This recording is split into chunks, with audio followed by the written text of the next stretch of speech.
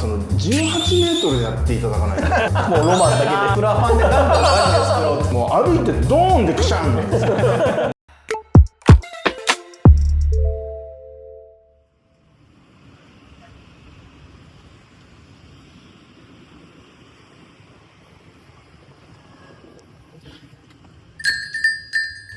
いらっしゃいませ。カフェフォーリーフへようこそ。クローバーズ代表の小山です。ここではクローバーズの社員たちが気になることを勝手気ままにおしゃべりしています。どうぞ皆さんもお好きな一杯とともにお楽しみください。ガンダムっていつできるんだろうねと思わない？ガンダムか。そうなんですよ。そうですね。さ、戦闘機がさ F15 とか、ちょっと着陸失敗してお尻ガーンついちゃったりするともう緊急整備じゃん、そんなだってエンジンノーズボガーンってやっちゃったらさ、そんなでもバルキリーなんてロボットになって殴り合いしてるんですよ。でかと思ったらまた飛行機になって飛んでくるんですよ。マクロスの話になってマます。クロス、それマクロスなんだけど、いつできんのってそれ。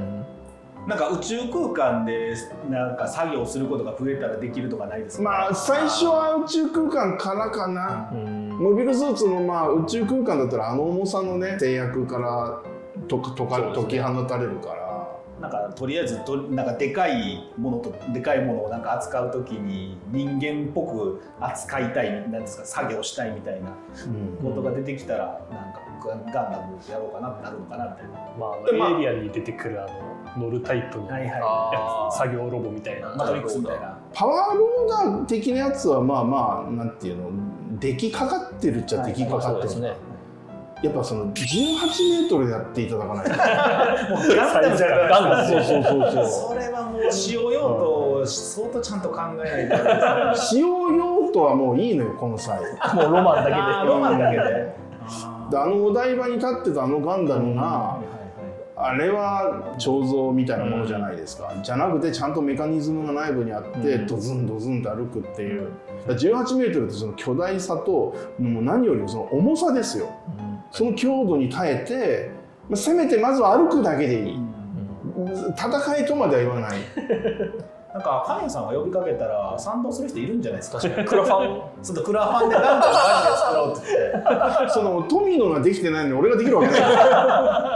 いや、富野さんも自分でガンダム作ろうと思ったはったんですか？だってなんか横浜のガンダムのなんか除幕式みたいなのに立っててさ、ほんでなんかそのガンダムの未来みたいなのを語ってたんだから、当然そういうやっぱり働きかけはあるんじゃないの？なるほど。プラモデル買ってるだけの俺がそんなどんな発言力なんですか？いやでもなんか思ってる人は多いんじゃないかなと思って。ただこう一人でやるには絶対予算足りないし、例えばどこで動かすのかって場所も足りないし、まず山買って場所を確保してみたいなことやれば、真面目にやれば結構な、特に日本人とかは18メートルですよ。18メートル技術者もね手伝ってくれそうかなみたいな。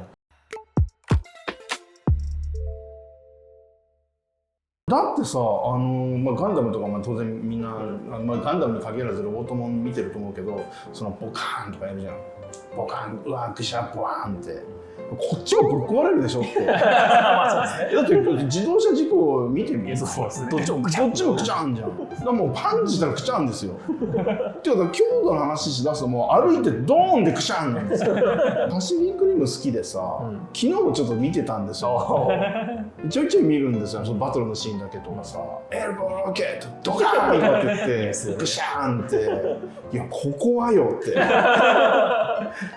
チャンでしょって。てかあれジプシーレンジャーどんぐらいあれ7-80メートルぐらいあんのかな。結構でかいそうですね。ドズンドズンって、もうビルもさぶっ飛ばされてビルグシャン、ビルがメキメキとかなるんだけど、いやこの人はなんでビル鉄筋コンクリートベキベキってこの人平気なのって。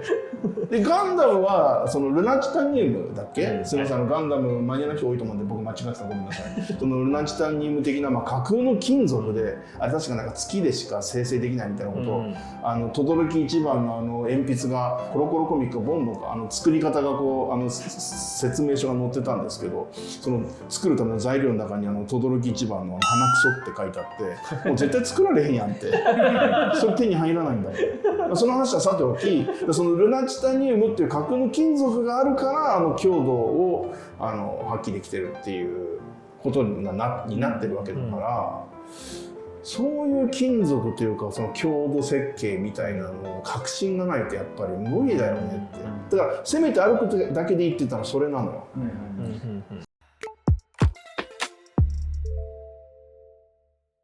歩くのもでも俺足さバイクで骨折してみて思ったんだけど、二足歩行する時に瞬間的に片足になるわけじゃん、これとんでもない負荷を足にかけてるなって実感しますよ俺この松葉杖で歩いてたけどもうあいってなるからだから俺どうやって歩いてたっけってその松葉杖生活してる時に無事だったら右足は全然踏みしめられるんだけど左足うわーってなる、こんな俺は体重をこの大事な左足にかけてたんだって今までありがとうって思ったもんでその中に一応チタンの棒を通して、固定してだけど当然骨つながってないから痛いわけですよ、なんならチタンの棒入ってるから右足よりも強靭なはずなんですよ絶対折れないはずなんだけどでも痛みがあいってくるからもう足つくのは怖くて、今はもう治っちゃった今すっかりそんな感覚も忘れちゃったけど、とんでもない負荷をかけてるんですよあなたたちは足にガンダムもしかりなんですよそれは。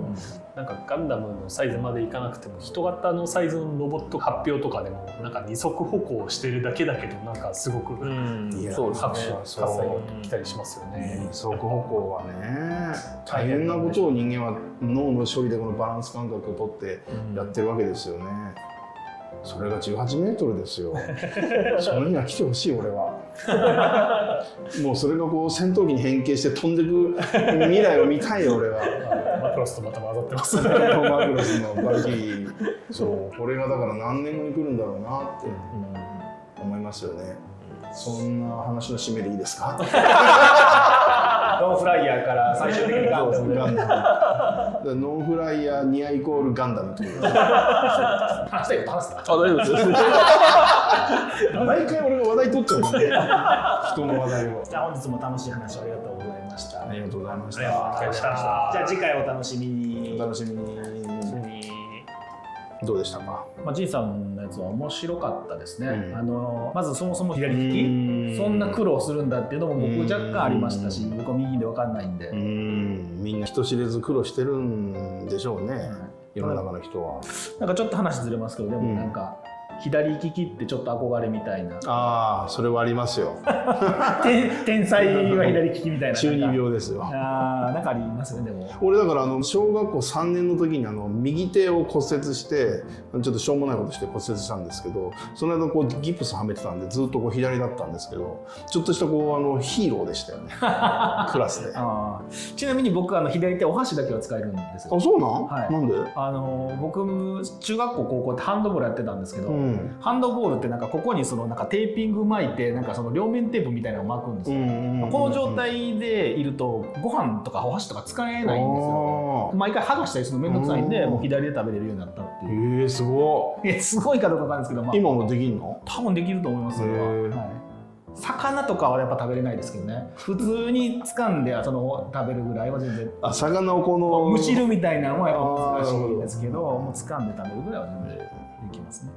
あとクッカーの話は同じ料理人として同じ料理人、たまに会社でその話になりますよね。そうクッキング対決しろみたいな。そうちょっと長谷川と俺と小山君席近かった時に料理話もいろいろしましたからね。そうですね。みりんの使い方に関してね。神谷さんがやっぱもうみりんをやっぱあまりにもバカにするんで